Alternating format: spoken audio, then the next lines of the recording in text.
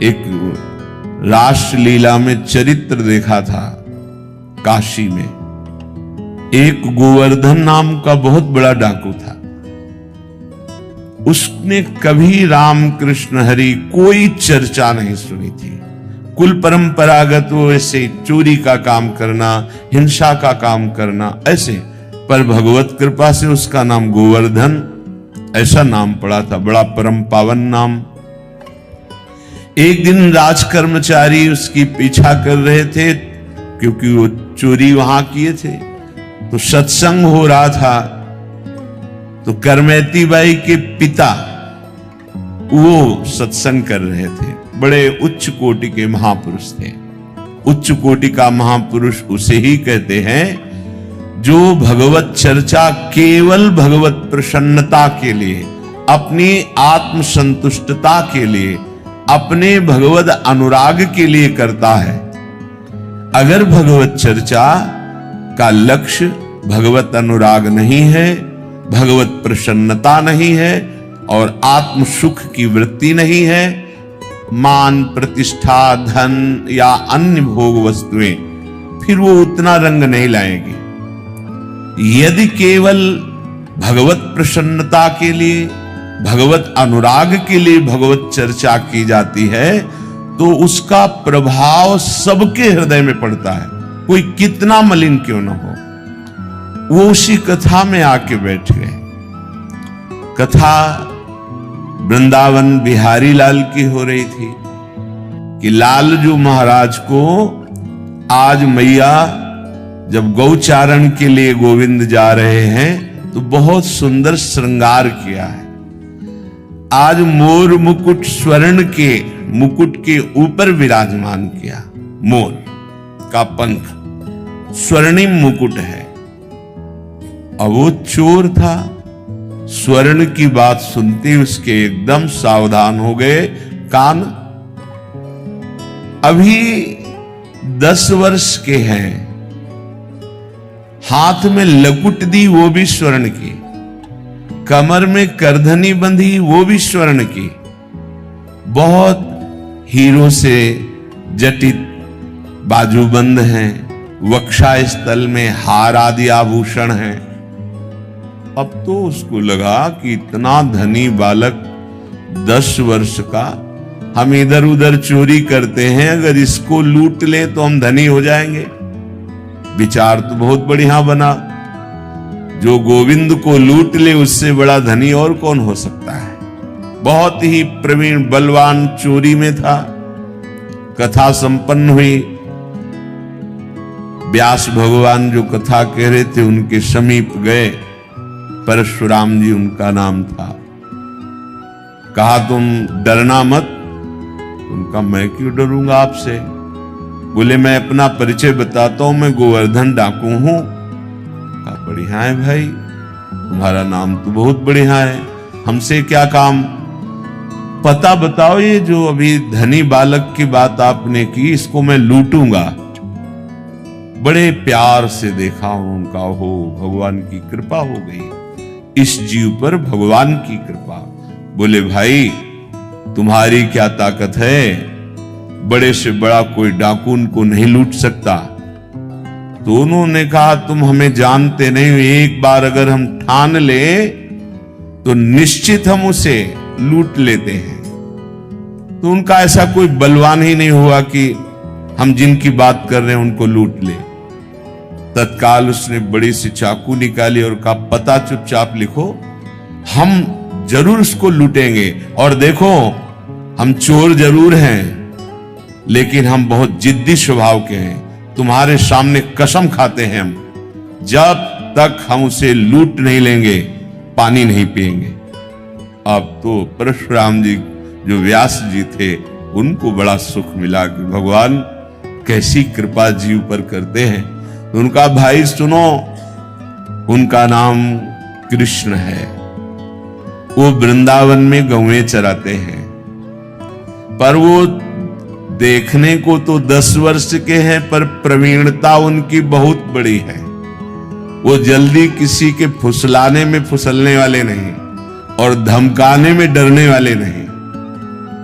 तुमने ठान लिया इसलिए मुझे लगता है तुम लूट सकते हो, क्योंकि जो ठान ले, निश्चय कर ले, तो ये दुर्लभ नहीं है, फिर ये मिल सकते हैं। उसने कहा पक्का, पर मुझे नाम पता नहीं, याद रहे कि ना रहे, नाम बताओ। तो उनका सहज सरल नाम का श्याम सुंदर है। श्याम सुंदर, श्याम सुंदर, वृंदावन में श्याम सुंदर, वृंदावन में श्याम सुंदर। भजन बनने लगा। देखो सत्संग का प्रभाव देखो। भगवत मिलने के लिए कमर कस ली, भगवान का साक्षात्कार करने के लिए अनजाने में शपथ खा ली, जब तक देखूंगा नहीं पानी नहीं पीऊंगा, और उनको भूल न जाऊं, इसलिए वृंदावन में वो हैं और उनका नाम श्याम सुंदर है। वृंदावन में श्याम सुंदर, वृंदावन का स्मरण, श्याम सुंदर का स्मरण, भूल न जाऊं इसलिए बड़ी सावधानी से श्याम सुंदर नाम है उनका। वृंदावन में जब चलने लगे तो परशुराम जी ने कहा, भाई आखिरी उपाय मैं बता देता हूं, जब तुम्हारा बल ना चले तो देखो अभी हम लाते हैं हमारे घर में ठाकुर को भोग लगाने के लिए माखन मिश्री है, और उसको ये बहुत प्यारा है माखन मिश्री। जब वो तुम्हारी घुड़की से, तुम्हारी चतुरता से ना लूटे तो फिर प्यार से तुम उसे लूट सकते हो। ये माखन मिश्री खवाना और लूट लेना। हाँ, ये बात तो ठीक है। माखन मिश्री भी रख ली। पैदल वहां से चला वृंदावन के लिए। वृंदावन श्याम सुंदर, वृंदावन श्याम सुंदर। कैसी भगवान की कृपा होती है। नाम जब शुरू, नामी के धाम का स्मरण, और वही भावना करता जा रहा है। ऐसा मुकुट पहने थे, ऐसा हार पहने थे, ऐसी बाजूबंद थी, ऐसी करधनी, ऐसी, ये सब हमको लूटना है। बड़ा प्रसन्न, पानी भी नहीं पिया। अब जब वृंदावन में आया, अब वो पूछता है कि श्याम सुंदर यहां गौएं कहां चराते हैं। लोगों ने समझा बावरा है, पागल हो गया है, क्योंकि वो तो द्वापर में भगवान प्रकट हुए थे, वो लीला की थी गौएं चराने की। अब इस कलयुग में कहां ऐसा। तो किसी ने ना तो परिचय बताया, उसको लगा गौएं तो कहीं जंगल में चराते होंगे। तो ब्रजमंडल में जहां जहां लता पता वृक्षों के समुदाय, वहां देखता तो गौएं दिखाई देती, पर वहां कहीं जैसा परिचय बताया था वैसा गोप चरवाहा नहीं दिखाई देता। प्यास से व्याकुल, भूख से व्याकुल, लूटने का दृढ़ संकल्प, पुकारा श्याम सुंदर, श्याम सुंदर। कोई आर्त भाव से भगवान को पुकारे तो भगवान एक ही नाम में प्रकाशित हो जाते हैं। एक बार जिन नाम लिय, हित सो हुए अति दीन। हार गया ढूंढते ढूंढते, लूटने की कसम खाई है, अगर नहीं मिले तो पानी भी नहीं पीऊंगा, प्राण भले त्याग दूं।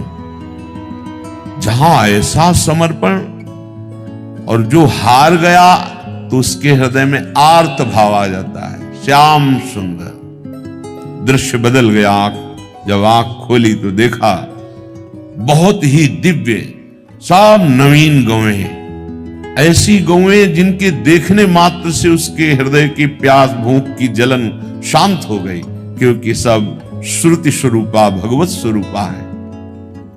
बड़े दिव्य सखा, सब भगवान की अवस्था के, कोई गोरे कोई सावरे, सब खेल रहे हैं। और उनके मध्य में जैसा कथा में सुना था वैसा ही प्रभु को देखा। सोचा ये तो बालक है, सखा लोग, ये हमारा क्या कर लेंगे। गया श्याम सुंदर, प्रभु बहुत मुस्कुराकर नेत्र नचाते हुए देखे। हाँ जी, इधर आओ, हमें तुमसे बात करनी। तो सखाओं से कहा, भाई तुम खेलो, ये मेरा नया अतिथि आया है, इसका हम स्वागत करते हैं। ये सब दिव्य लीला सत्संग में दृढ़ भाव, सत्य भाव करने के कारण बड़ी जल्दी प्रकाशित हो गई। जहां जन्म जन्म लगते हैं भगवत साक्षात्कार के लिए, एक पापात्मा जीव, हिंसक जीव, चोरी करने वाला दृढ़ विश्वास किया कि जो ये व्यास जी कह रहे हैं वो एक एक अक्षर सत्य है, उसको संशय ही नहीं हुआ। ये श्रोता की अगर ऐसी स्थिति हो तो बहुत जल्दी लाभ मिलता है। भगवान नजदीक गए, हाँ बोल क्या बात। उसने देखा कि बालक तो है लेकिन बहुत ही निर्भय है।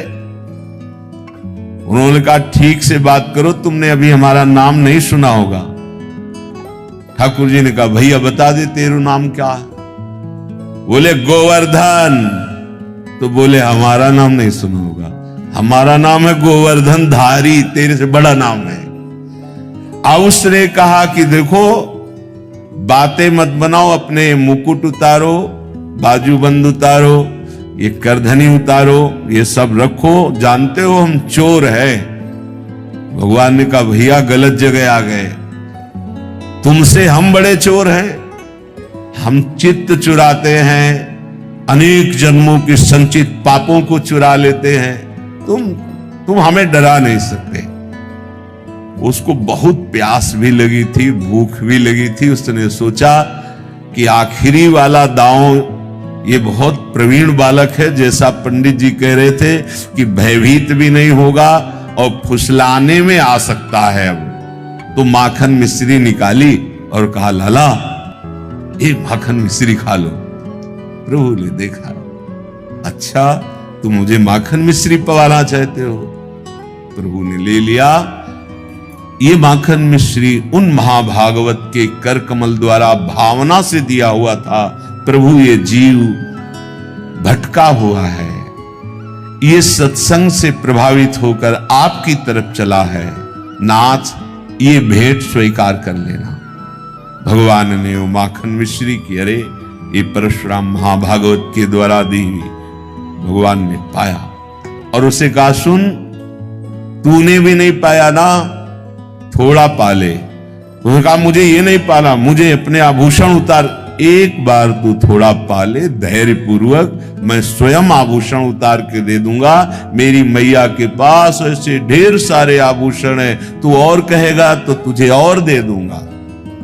जीव ही चखा भगवत प्रसाद, सब अंतःकरण की मलिनता नष्ट हुई, प्रेम नेत्र खुले, चरणों में गिर। अरे प्रभु प्रभु, आर्त भाव से त्राहिमाम त्राहिमाम।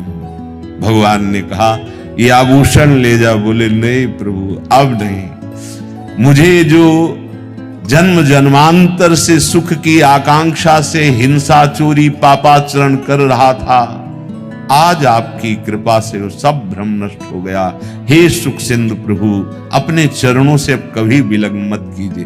भगवान ने उसे अपने नित्य सखा के रूप में, अर्थात उसका शरीर पूर्ण हुआ और वो नित्य सखा स्वरूप होकर सदैव सदैव के लिए गोविंद की सेवा।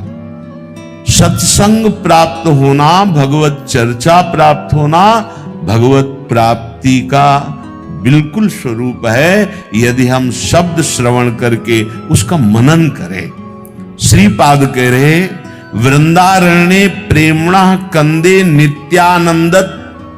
ये नित्यानंद प्रदान करने वाला ये वृंदावन प्रेम का मूल है। सच्ची मानिए, वृंदावन आ गए मतलब लाडली जू ने आपको देखा है, आपके विषय में चिंतन किया है, तब आप वृंदावन आए हैं।